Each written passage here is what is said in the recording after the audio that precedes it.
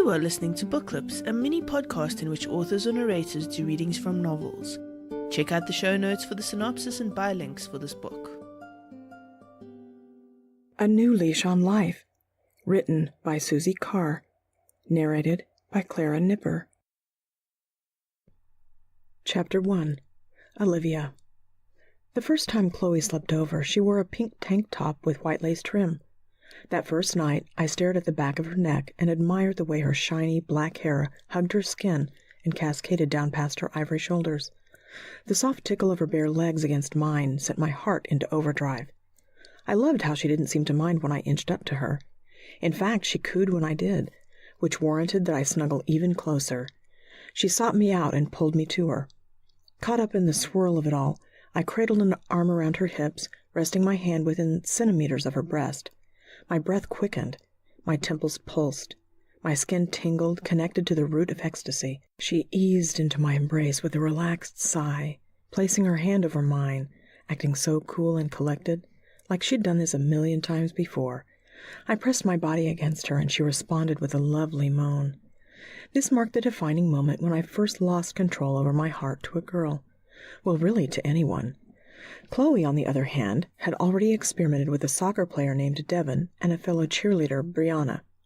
She was bisexual, and I'd be a bold-faced liar if I didn't admit that this bothered me and caused me massive anxiety whenever her eyes trailed after a handsome guy. I possessed zero control over satisfying that sort of hunger. Regardless, Chloe and I spent every possible second together. She showcased me as her new best friend, inviting me into her circle of flirty and fun girls. She teased me with her fun attitude and sweet smile, taking me to football games, cheerleader practices, parties, and even drag races at the empty mill parking lots behind the softball fields where I used to score runs as a lanky kid. Chloe painted the world in rainbow colors, and I craved for some of that vibrancy to splash on me. When we'd separate at the end of a steamy day, I sometimes ached because I missed her so much. I'd lay in my empty bed and think about her silky black hair, her dark hazelnut eyes, and those creamy legs that stretched on forever. I imagined those legs wrapped around me like a vine, clinging around my body with a gentle force. Then I'd tuck into a sound sleep, only after reliving the moments of the day when she had leaned into me with her sweet breath and sent me fluttering with her lips. My brother Josh teased me often. He'd buzz around the kitchen like an annoying gnat, laughing at how I had a crush on Chloe Homestead. I'd hit his arm and tell him to shut up. That only set him up to further fan the fire of his antics with more laughing, pointing, and toying with my secret. When I told Chloe about Josh's joking, she stopped my panic with a soft touch to my babbling lips and a perfectly executed blink. This calmed me, and in fact even pumped me with a confidence so high that I might have been able to proclaim to my geeky brother that I was a lesbian and damned proud of it. Who wouldn't be with a girl like Chloe? If I had polled every straight girl at Collier High School, I'd bet every single one of them would have loved to be teased with Chloe's plump lips. When she passed through the hallways at school, girls and guys took notice. She unfolded into an exotic, fruity cocktail, luminous, cheerful, and confident. They would stop mid-sentence to stare, scanning her from the top of her pretty hair down to her manicured toes. When she claimed stake on me by wrapping her arm in the crook of mine, I floated past them all with an air of supremacy. That air evaporated the moment she waltzed away to go to class. My dullness dissolved the moment Chloe and I fell in love, replaced by a life filled with passion, heat, and lots of euphoria. I loved how Chloe listened to me. She didn't fiddle with a sink of dirty dishes or tinker with a loose button on her shirt like most of the people in my life. No, not Chloe. She never nodded without looking at me first. She didn't ever stare off into a sink full of suds. No, when I spoke, Chloe cued in on me the way an eagle cued in on its prey, with laser focus. She stared deeply into my eyes and asked me to explain in more detail, asked for my opinion, and asked how I would handle things. She hinged on my words. Chloe needed me in a capacity that no one else in her life could fulfill. She had no family in town. She just had an aunt miles away. Her mother was a schizophrenic and lived in a mental ward. Her father skipped out on her before she entered this world. She lived with her stepfather and spent most of her time cleaning up after his poker games, cooking his meals, and running away from his insults about how she consistently failed to make his bed the proper way, or hang his khaki pants with the correct fold. When Chloe would tell me all of this, she talked with a smile as if none of it bothered her. I would listen. I would nod. I would die inside. I pitied her and wished more than anything that I could protect her from the dread of her life outside school and my home. I became obsessed with keeping that smile on her face, with sharing my clothes with her, and with buying her makeup and hair products with my allowance so she could continue to add light to my life. She started to spend more nights in my bed, long after she dined with my family and me, and after my parents turned off the porch light, locked all the deadbolts, and closed their bedroom door. Her stepfather didn't know I existed, so he never knew enough to come knocking on my front door in search of her. As far as we knew, he never even reported her missing. I wanted to protect Chloe, to be her saving grace, to be that one person she'd always be able to look back on and know I had rescued her. What her stepfather failed to provide for her in terms of love, support, and a sense of security, I more than offered her.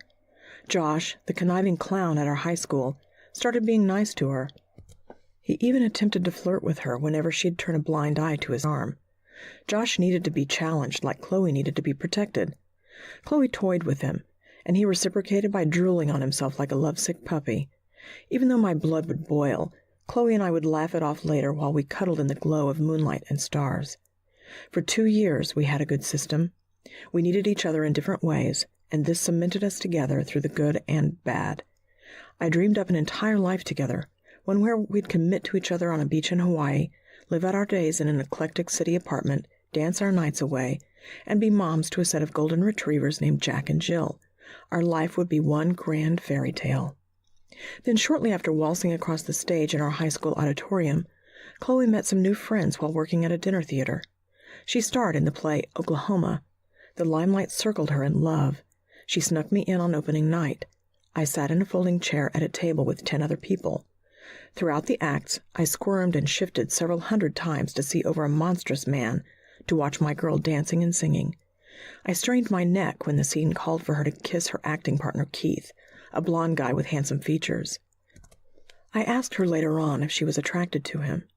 She laughed and said, "He's just a friend, silly."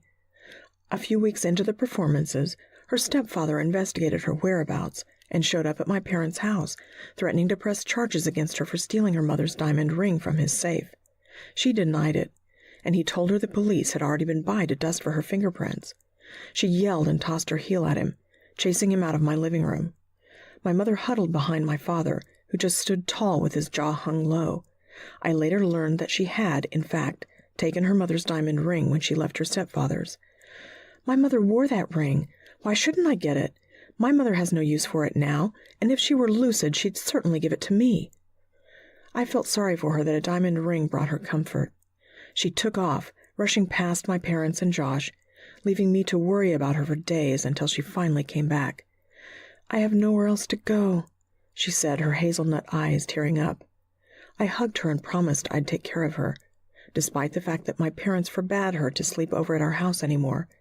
They feared her dangerous stepfather would come back with a gun and shoot us all. This prompted me to be straight with her. "You need to return the ring." "I'm not stepping foot in his house. Are you crazy?" "I'll go with you." "He's too strong for us." Josh stepped in at my request and escorted Chloe back to the house where nothing but bad memories remained. A few hours later, they returned unscathed. He retreated to his room in a whisper, and she came into mine. When I asked her if all went down okay, she started to cry. "I just want to forget that whole part of my life ever happened." I hugged her and she pulled away. "I'm really tired. I'm just going to go to sleep." "Okay," I said, watching as she climbed into bed fully clothed. I walked over to her and pulled at the blanket to tuck her in. She rolled over, turning her back to me, still sniffling. Somehow, in my attempt to protect her, I lost a part of her. The next night, she didn't sleep over.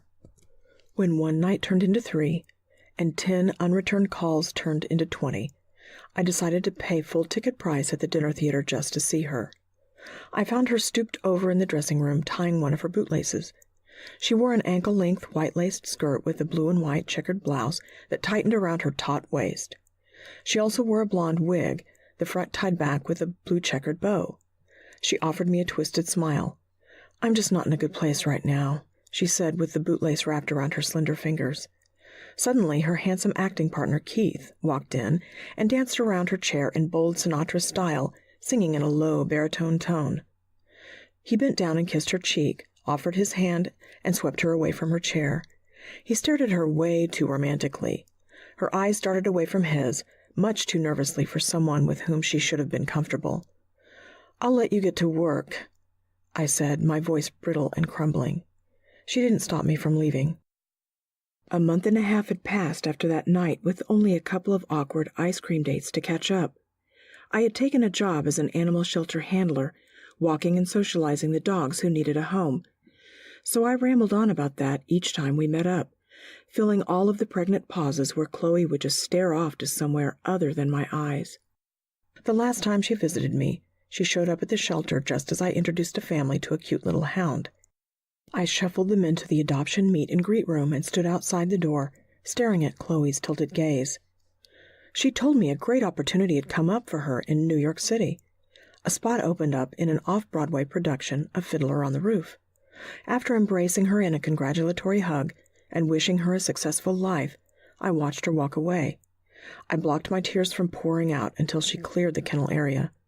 Since that day, I spent my time hibernating alone in my bedroom, petting my basset hound Floppy. She comforted me. This particular day, I sat on my bed consoling myself by petting her and staring into her adoring brownie eyes. She licked the tip of her nose, oblivious to the cause of my tears. I fell against her velvet fur, and she snuggled up, burying her nose in my hair. I hugged her and swayed, lost in her squishy folds, thankful for her loyalty. Thank God for you, little girl. I sat up and brushed my hand along the down comforter, the same comforter Chloe and I had slept under a gazillion times. I looked down at the card she had mailed me from New York City. "I want you to know that I will always be grateful to you, and am so sorry for not being the kind of girlfriend you deserve. Your friend always, Chloe." I reread her card 20 times, trying to find a clue that would glue this scene back together in a way that would add up. After all I had helped her through, she offered me nothing more than a generic goodbye on cardstock? I sat up and stared out my window at my mother and father mowing the crabgrass. My mother, with her sun hat stretching way beyond her shoulders, raked as my father pushed the gas mower. They laughed about something, both craning their necks back in sync. 22 years together under the same sky, breathing the same air, never tiring of each other, never needing a break to pursue greater things than the other could ever offer. They were childhood sweethearts, laced together by the gentle tug of fate and neighborly charm. Neither one had ever been crushed by love. They were virgins to hurt, to humility, to greed. They were untarnished, polished like fine silver, glowing with a sickening sheen to the rest of us who weren't so luckily spared. Ever since Chloe had moved out, I lacked life, like a black hole had taken refuge in the pit of my stomach, swallowing everything I had become, everything I would ever be. I faced hell, its flames flickering up to scare any residual joy left for future days. The sun vanished, the birds flew away, the flowers refused to lift their petals in a smile, and the hope of a good day ahead no longer shined its pristine light on me. I stared down a tunnel with nothing more than blackness for my company now. Chloe buried me under a pile of slick mud and skipped off to live her life in the limelight with strangers who couldn't care less about her safety, her emotional well-being, or her past. I walked over to my vanity and squared off at myself in the mirror. My jaw clenched. My eyes glossed over. Life collapsed inside me. I turned to face Floppy again. She mirrored my sadness. Fuck her, right? Floppy stared at me and blinked, as if willing me to sit and pet her until the end of days. So I did. "Never again," I said to her. "No one will ever do this to me again."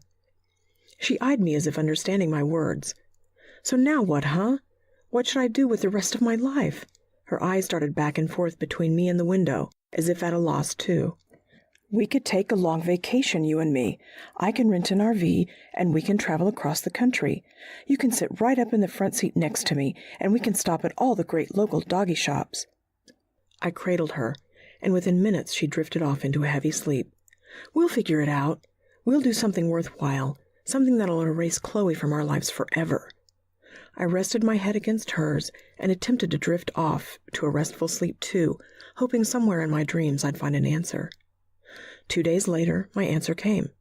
My mother screamed out from the kitchen. I flew down the staircase, around the dining room doorway, and into the kitchen. Floppy was lying on her side, stiff as a cutting board. "She's not breathing!" my mother screamed and then reverted back to pacing and crying. I ran to Floppy's side and shook her. Nothing. "What happened?" "I handed her a treat." My mother choked on tears. I pried open her mouth and stretched my fingers to the back of her throat. I fingered the tip of the treat. It lodged itself deep down. I strained to wrap my fingers around it. Then I yanked at it, pulling out a hunk of string cheese. I shook her again. Still nothing. I listened for signs of breath and heard nothing except for my mother's frantic cries. I opened her mouth again and placed my own over hers and performed a series of rescue breaths on her. After several, she opened her eyes in a panic and wiggled under my touch. She coughed, choked, and trembled. My mother yelped, which caused Floppy to jump up on her short little legs and circle around us. I petted her and she whimpered in joy, burying her cute face in between my legs. I couldn't smother her in enough kisses and hugs. I cried, hugging my little girl and reassuring her that her world had corrected itself, and treats, hugs, and long walks would return in full force. When she looked up at me with her browny, droopy eyes, she thanked me with a heavy blink. I saved her life. My pulse fired up, charged with a purpose far greater than any I'd yet to experience. I had better things to do with my life than sit around and cry over a girl who didn't need me or appreciate me anymore. A greater mission surfaced now, one that had nothing at all to do with curves, long hair, or pouty lips. You have been listening to Book Clips. Check out the show notes for the synopsis and buy links for this book. If you are interested in showcasing your novel, then check out the show notes for more information.